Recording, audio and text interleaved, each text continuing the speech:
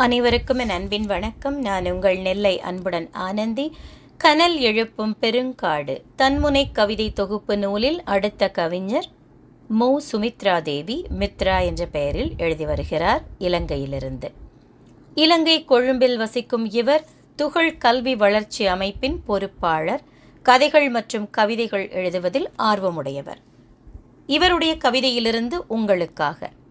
வினாடியில் வீசப்பட்ட சொற்கள் விஷமாகி கொல்லும், நிதானம் இழக்காமல் இருந்தால் மனதை வெல்லும்.